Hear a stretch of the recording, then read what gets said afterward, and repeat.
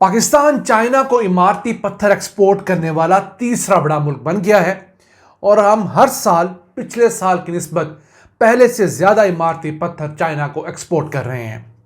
याद रहे, पाकिस्तान में मार्बल, ऑनेक्स और इस तरह के दीगर तमाम अकसाम के इमारती पत्थरों का हुजम 7,000 अरब टन से ज़्यादा है। पाकिस्तान के 3 सूबों के अंदर मार्बल, ऑनेक्स और ग्रेनाइट के वसी ज़खायर पाए जाते हैं, जिनकी मालियत कम से कम $10 ट्रिलियन से ज़्यादा है। चाइना सिर्फ मार्बल की एक्सपोर्ट और इस तरह के एक्सपोर्ट से $10 अरब कमाता है। 10 लाख से ज़्यादा जॉब्स वहाँ पर क्रिएट हुई हैं। हालांकि वहाँ पर ऑटोमेशन बहुत ज़्यादा है, फिर भी 10 लाख लोगों को जॉब्स मिली हुई हैं। और अगर हम बात करें तुर्की की, तो तुर्की हर साल $2 अरब कमा रहा है मार्बल और इस तरह के पत्थर एक्सपोर्ट करके। स्पेन को $1 अरब 50 करोड़ कमा रहा है। हम टॉप 10 में भी नहीं आते, यानी एक्सपोर्ट में नहीं आते। अल्लाह ने ज़खायर हमें टॉप 5 में से दिए हुए हैं। आज की वीडियो में आप जान सकेंगे कि किस तरह पाकिस्तान अपने यहाँ मौजूद 100 से ज़्यादा रंगों में दस्तयाब मार्बल, ऑनेक्स और ग्रेनाइट से अपनी मईशत को बेहतर कर सकता है। अस्सलाम वालेकुम व्यूअर्स, मैं हूँ आपका होस्ट अब्दुर्रहमान। पाकिस्तान से चाइना को इमारती पत्थर बड़ी तादाद में एक्सपोर्ट हो रहा है।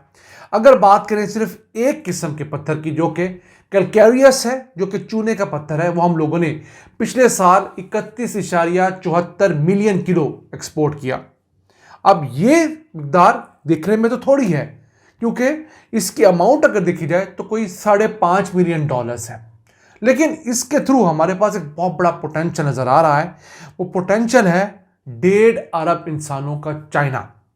जी हाँ, कमोबेश 1 अरब 40 करोड़ से 1 अरब 50 करोड़ के दरमियान आबादी है चाइना की। तो पाकिस्तान के पास उन्हें मुहैया करने के लिए वसी ज़खायर हैं। अगर बात करें सिर्फ मार्बल की, तो स्मीडा के मुताबिक पाकिस्तान में 297 अरब टन मार्बल के ज़खायर हैं। जी हाँ, तकरीबन 300 अरब टन के मार्बल के ज़खायर हैं। इसी तरह हम ग्रेनाइट का जिक्र करें तो 1000 टन से ज़्यादा के ग्रेनाइट के ज़खायर हैं हमारे पास 3 सूबों के अंदर, खैबर पख्तूनख्वा, बलूचिस्तान और सिंध के अंदर ये वसी ज़खायर हैं। अगर हम साबिक फाटा के अजला का जिक्र करें, जो अब मई डिस्ट्रिक्ट्स हैं, वहाँ पर ही 7 अरब टन से ज़्यादा के ज़खायर हैं। 100 से ज़्यादा कलर्स के अंदर, 100 से ज़्यादा डिज़ाइंस के अंदर हमारे पास मार्बल और ग्रेनाइट पाया जाता है। और हमारे पास वो शानदार किस्म का मार्बल भी है जो कि खाना काबा के सिहन में लगा हुआ है, जो प्योर वाइट कलर का आपने मार्बल देखा होगा, जो कि शदीद तरीन सूरज की रोशनी में भी गर्म नहीं होता।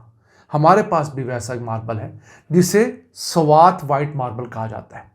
प्योर रंग का वाइट मार्बल है। उसके ऊपर आप अगर धूप में भी चलेंगे तो आपके पाँव नहीं चलेंगे। लेकिन जो सऊदी अरब में लगता है वो आता है इटली से। हमारे पास जो है वो हमने उसको आज तक सही तरीके से दुनिया को एक्सपोर्ट ही नहीं किया। हम आज भी 200 साल 100 साल पुराने तरीके से ब्लास्टिंग के तरीके से अपने मार्बल को निकालते हैं। मार्बल के अंदर पहले ड्रिलिंग्स करते हैं, उसके अंदर फिर बारूद रखते हैं, बारूद फटता है, मार्बल के बड़े बड़े टुकड़े गिरते हैं, उन टुकड़ों को काट के जितना मार्बल निकाला जा सकता है निकालते हैं, उसे फ़रोख्त करते हैं। दुनिया बहुत आगे चली गई है। दुनिया के अंदर स्क्वायर ब्लॉक्स काटे जाते हैं। जिस तरह आप मक्खन काटते हैं ना, हर लिहाज से स्क्वायर, उस तरह के ब्लॉक्स निकाले जाते हैं। उन ब्लॉक्स को एक्सपोर्ट किया जाता है, क्योंकि वो स्क्वायर होते हैं, उनसे हर किस्म का, हर साइज का मार्बल निकल आता है। हम मजबूर होते हैं कि टूटने के बाद जिस किस्म का हमें मार्बल मिला है हम उसी से गुजारा करें। यही वजह है कि पाकिस्तान की टोटल स्टोन से रिलेटेड जो आलमी एक्सपोर्ट्स हैं वो $300 मिलियन से भी कम है। और हमारे पास अगर हम इन ज़खायर को डिस्कस करें तो उसकी मालियत तो $100 ट्रिलियन से ज़ायद की है। लेकिन सारे अब इसलिए हम नहीं निकाल सकते, पहाड़ है, सारे पहाड़ तुम ख़त्म नहीं कर सकते। हम 10% भी अज्यूम करें तो $100 ट्रिलियन का 10% भी कम से कम $10 ट्रिलियन बनता है।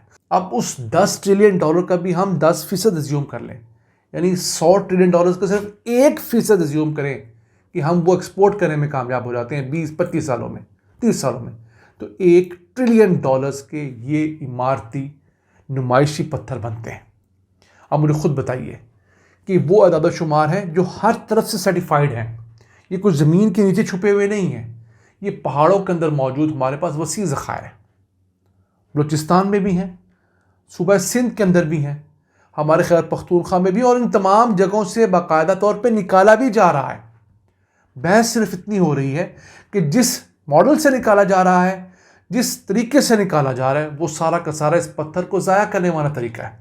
60-70% तक ये पत्थर वहाँ ज़ाया हो जाता है। हमारे पास जदीद तरीन क्वेरिंग की मशीनरी नहीं है, वो जदीद तरीन कटर्स नहीं है हमारे पास, वो सॉस नहीं है हमारे पास जो दुनिया भर में इस्तेमाल होते हैं, और उसी वजह से हमारे यहाँ लोगों को जॉब्स भी कम मिली हुई हैं। अब इस इंडस्ट्री के अंदर 3000 प्रोसेसिंग यूनिट्स पाकिस्तान में मौजूद हैं। उनमें से 1% भी ऐसे नहीं है जो कि इंटरनेशनल स्टैंडर्ड को पूरा करते हो। अब खुद देखिए, 3000 में से 1% भी नहीं है। 2 लाख जॉब्स जो हैं इस फील्ड के अंदर पूरे पाकिस्तान में मौजूद हैं, लेकिन हमारे मुकाबले में दुनिया के अंदर इससे कहीं बड़ी इंडस्ट्रीज हैं। चाइना सिर्फ मार्बल की एक्सपोर्ट और इस तक एक्सपोर्ट से $10 अरब कमाता है। 10 लाख से ज़्यादा जॉब्स वहाँ पर क्रिएट हुई हैं। हालांकि वहाँ पर ऑटोमेशन बहुत ज़्यादा है, फिर भी 10 लाख लोगों को जॉब्स मिली हुई हैं। और अगर हम बात करें तुर्की की, तो तुर्की हर साल $2 अरब कमा रहा है मार्बल और इस तरह के पत्थर एक्सपोर्ट करके। स्पेन को $1 अरब 50 करोड़ कमा रहा है।